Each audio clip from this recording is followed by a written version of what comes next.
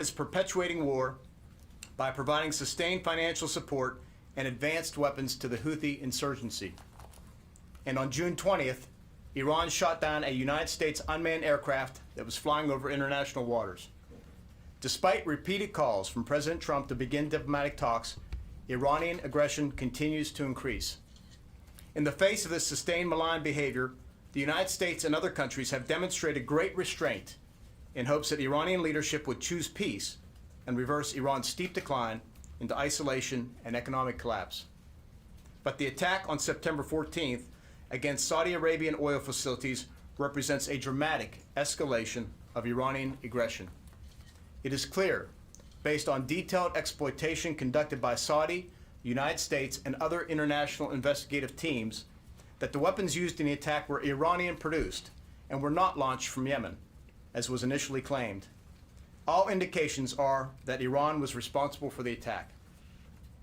The United States has a responsibility to protect our citizens and our interests in the region.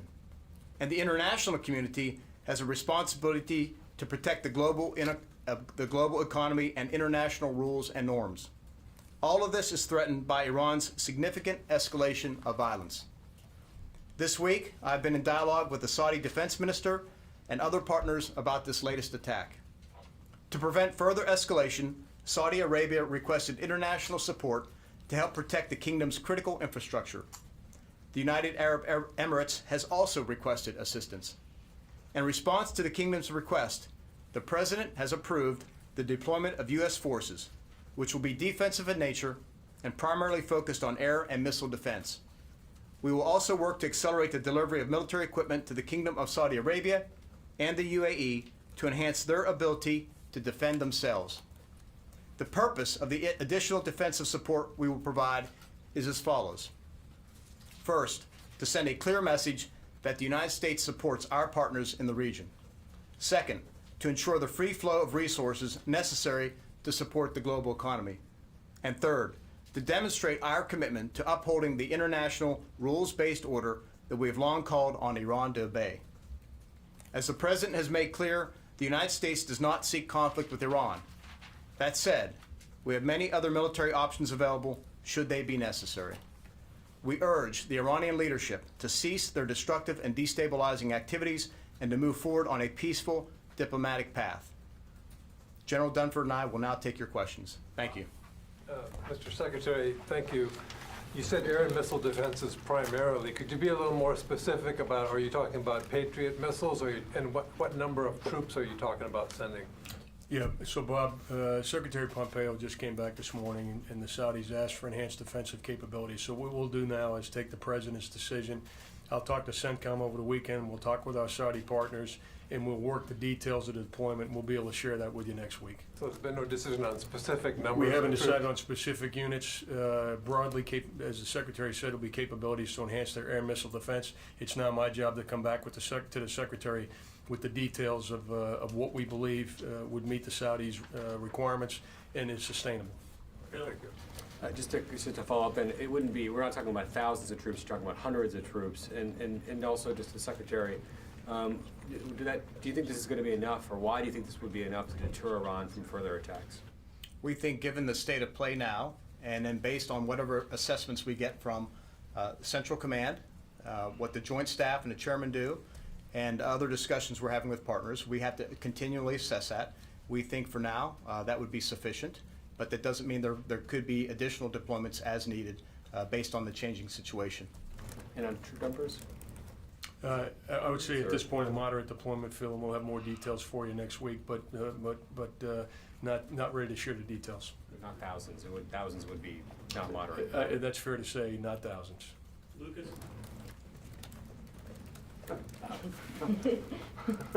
Are there any plans to hold the Lincoln Strike Group any longer than currently planned? We're not going to discuss any operational details at this time. Barbara? For either of you, does this now represent a full U.S. commitment to defend Saudi Arabia and to defend the oil infrastructure of Saudi Arabia? And for General Dunford in particular, what's your concern about their ability, the Iranian ability, to launch swarms of drones at very great distances without any air defense detection of this incoming attack? So what I'd say, Barbara, in terms of what we're doing is we're contributing to Saudi Arabia's defense. We would be looking, as the Secretary said, for other international partners to also contribute to Saudi Arabia's defense. And with regard to dealing with a specific threat like you just spoke about, no single system is going to be able to defend against a threat like that, but a layered system of defensive capabilities would mitigate the risk of swarms of drones or other attacks that may come from Iran. I want to double down on the chairman's comments two ways. First of all, I agree. What we would be deploying to the theater would be what would be necessary to help support and contribute to the kingdom's defenses. And at the same time, we're calling on many other countries who would also have these capabilities to do two things. First of all, stand up and condemn these attacks. And secondly, look to also contribute defensive capabilities so we could defend those things that I outlined in my remarks, whether it's the infrastructure in Saudi Arabia, and then the broader issues with regard to freedom of the seas, navigation in the Strait, and then the international rules and norms that Iran is clearly violating. Courtney? So should we take this as this is the president's decision about the response to the attack in Saudi Arabia, and there's not a kinetic response that we should expect from the United States? This is the first step we're taking with regard to responding to these attacks, and again, for the reasons I outlined, to help bolster the defenses of Saudi Arabia and provide equipment to both the Saudis and UAE. The second, to ensure the free flow of commerce through the Strait, and third, to ensure we protect and defend the international rules-based order, and try and convince the Iranians to get back on a diplomatic path. But the deployment of these kinds of assets can often take days and weeks. Should we expect any other kind of more immediate response from the United States The specifically? United States has a robust presence in the Gulf already. We bolstered it further in May, so we feel quite quite confident in terms of our own defensive posture and our ability to do anything else as necessary. But that's not where we are right now. Right now, we're focused on helping the Saudis improve their defenses of that infrastructure. All right, last question, Nancy. Mr. Secretary, Chairman Dunford, you've mentioned that the international community should get involved, but some allies have questioned whether the attacks were in fact launched in Iran. I was wondering if you could give us any sense on whether you will declassify any evidence that shows that those strikes were launched from Iran, and also if you could give us a sense of timeline in terms of when these deployments could start. So I'll say a few things. First of all, the United States is on the ground in Saudi Arabia.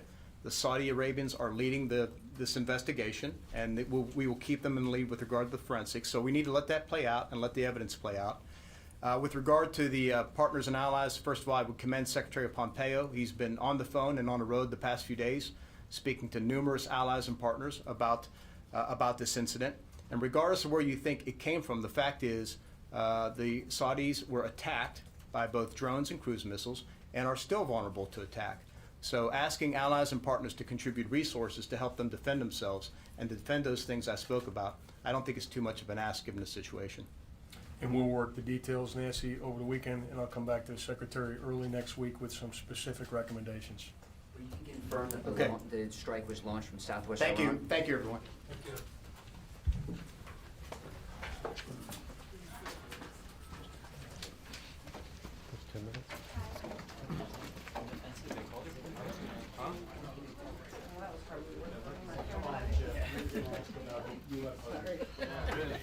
Is that out loud?